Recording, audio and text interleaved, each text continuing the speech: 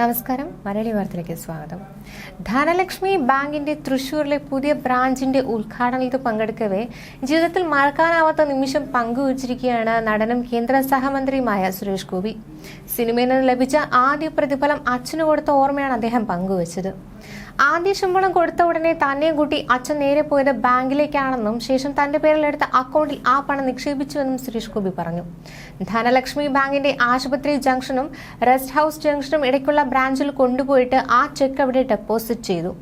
എന്നിട്ട് ഞാൻ മരിക്കുന്നതുവരെ നീ ഇത് ചെയ്യണമെന്ന് ഞാൻ പറയില്ല, മരിച്ചു കഴിഞ്ഞാലും നിന്റെ പേരിലെ ബാങ്ക് ധനലക്ഷ്മി ബാങ്കാണ് എന്ന് അച്ഛൻ സത്യം ചെയ്യിപ്പിച്ചു എന്നായിരുന്നു സുരേഷ് ഗോപി അവിടെ പറഞ്ഞത്.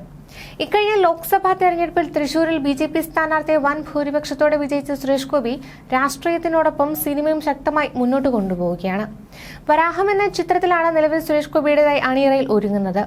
അതിനിടെ ജനങ്ങൾക്ക് ഭരത്ചന്ദ്രനെയാണ് ആവശ്യമെങ്കിൽ താൻ ഭരത്ചന്ദ്രനായി തന്നെ ജീവിക്കുമെന്ന് സഹപ്രവർത്തകരും കൂട്ടുകാരും ചേർന്ന് തിരുവനന്തപുരത്ത് വെച്ച് നടത്തിയ സ്വീകരണ ചടങ്ങിൽ അദ്ദേഹം പ്രതികരിച്ചു. ഭരത്ചന്ദ്രന്റെ ശുണ്ഠി എന്റെ രക്തത്തിലല്ല, ഹൃദയത്തിലുണ്ടെന്നാണ് സുരേഷ് ഗോപി പറഞ്ഞത്. ആരോപണ ശരങ്ങളുമായി വരുന്നവർ ആ ശരത്തിൽ സ്വന്തം നെഞ്ചത്ത് കുത്തിത്തറച്ചാൽ മതി, അവിടെ ഏൽക്കില്ല എന്നും അദ്ദേഹം പറഞ്ഞു. ഭരത്ചന്ദ്രനെയാണ് ജനതയ്ക്ക് ആവശ്യമെങ്കിൽ ഞാൻ ഭരത്ചന്ദ്രനായി ജീവിക്കും, ഭരത്ചന്ദ്രനായി പെരുമാറും, ഭരത്ചന്ദ്രനായി എന്റെ ഉത്തരവാദിത്വം നിർവഹിക്കും, ഭരത്ചന്ദ്രനായി തന്നെ മരിക്കുമെന്നാണ് വാക്ക് നൽകിയത്. തന്റെ ഹൃദയത്തിൽ നിന്നുണ്ടായ വികാരം അടിച്ചമർത്തിയിട്ടില്ല, മറച്ചുവെച്ചിട്ടില്ല. ഇഷ്ടമില്ലാത്ത എന്തു കാര്യവും ഞാൻ തുറന്നു പറഞ്ഞിട്ടുണ്ട്. ഇപ്പോൾ പലരും കുറ്റം പറയുന്നുണ്ട്. അമ്മയിൽ ചെന്നപ്പോൾ എല്ലാവർക്കും എന്തൊരു സ്നേഹം, ഇവരൊക്കെ ഇലക്ഷൻ പ്രചാരണ കാലത്ത് എവിടെ പോയെന്ന്. ഞാനാണ് അവരെ വിലക്കിയത്. ഈ പരിഹാസം ഏറ്റുവാങ്ങാൻ അവരാരും ഒരു പാപവും ചെയ്തിട്ടില്ല. എന്നിട്ടും അവർ പിന്തുണച്ചിട്ടുണ്ട്. അവരുടെ ആ അഭിപ്രായ പ്രകടനങ്ങൾക്ക് അവരുടെ സിനിമാ ജീവിതം തകർത്തു കളയുന്ന ഒരു സംവിധാനം മലയാള സിനിമയിൽ ഉണ്ടെങ്കിൽ അതിന്റെ ഒടുക്കം തുടങ്ങിക്കഴിഞ്ഞു. ജീവത്യാഗം ചെയ്യേണ്ടി വന്നാലും ശരി, അത് ഒടുക്കിയിരിക്കും. ഇതൊന്നും ഒരു മന്ത്രിയെ ഞാൻ സംസാരിക്കുന്നതല്ല.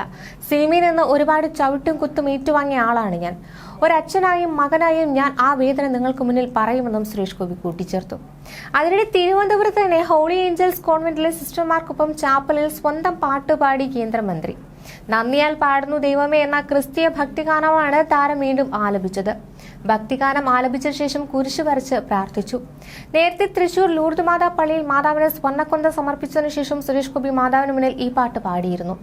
ഫാദർ ഡോക്ടർ ജോയൽ പണ്ടാരപ്പറമ്പിലിന്റെ വരികൾക്ക് ജോക്സ് ബിജോയാണ് സംഗീതം നൽകിയത്.